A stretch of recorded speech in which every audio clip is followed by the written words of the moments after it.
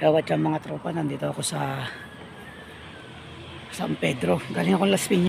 For today's video mga katropa, panibagong video, panibagong vlog na naman mga katropa. Nakakuha nga pala tayo ng booking galing ng Las Piñas at papuntang San Pedro. At yung isa naman mga katropa ay papuntang Biñan. Papasilip ko lang sa inyo yung ating booking mga katropa. At nandito na nga pala tayo ngayon sa San Pedro, Laguna mga katropa.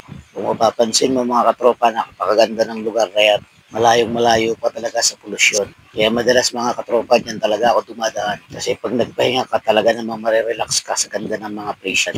At ayan nga pala mga katropa yung ating booking. Papasilip ko sa inyo. Ayan na kulay green yan. Mga damit lang yan at saka prutas. At meron din kunting gamot. At yung isa naman na yan mga katropa, napakaliit lang yan at dadali naman yan sa Biñan Pavilion. Ayan lang yung booking natin for today mga katropa. At meron nga pala tayong panibagong topic ngayon mga katropa. Tungkol naman nito doon sa mga CS, customer na gustong ipinapaakyat pa yung kanilang mga parcel sa okay lang naman sanang iakyat namin ang inyong mga parcel. Kung meron nakalagay na queuing service. Kaya lang, kadalasan, hindi naman sila naglalagay ng queuing service. Paano namin i-aakyat? Napakalaking abala po sa aming mga rider kung kami pa mismo ang mag-aakyat sa second floor, third floor ng inyong mga parcel. Para sa kalaman po ng lahat, hindi po talaga kasama ang umakyat kami sa third floor, second floor at pumila para lamang kunin ang inyong mga parcel. Pero minsan naman ay pinagbibigyan din namin ang aming customer lalo na kung may matindi itong dahilan.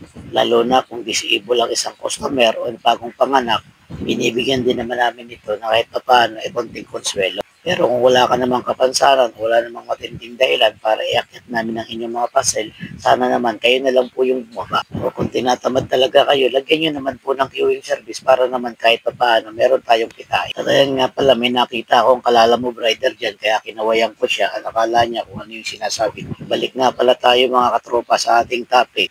Kapag hindi mo naman napagbigyan ay akit ang kanilang mga parcel, tatakutin ka pa nila na i-report ka nila sa Lalamove. Huwag niyo naman sanang gagawin yun kasi kami lumalaban naman kami ng pata. Ang ginagawa lang naman namin ay kasi lamang sa nakasaad kung saan yung rules ng company. At sana naman maintindihan din kami ng ilang mga customer na hindi naman nasunod sa tamang policy. Isipin nyo na lang kung aakyat kami. At hanapin pa namin yung lugar ninyo kung saan kayo sa itaas. Eh naku, napakatagal nun para sa amin. Kami din naman po ay naghahabol din kami ng biyahe para kahit pa paano kumita kami para may maiuwi kami sa aming pamilya. Lagi na lang inaalibay nila. Sasabihin, bakit ikaw lang kuya ang naniningil na rin? Sus, magic word mo na lang yan. Ibang mga sis, ginagawa na lang magic word yung salitang niya para lang makalusot. Pero ang totoo, wala naman talagang matinding dahilan o kaya naman tinatamad lang talaga sila. So siya, hanggang dito na lang muna mga katropa. Maraming salamat. Paalam.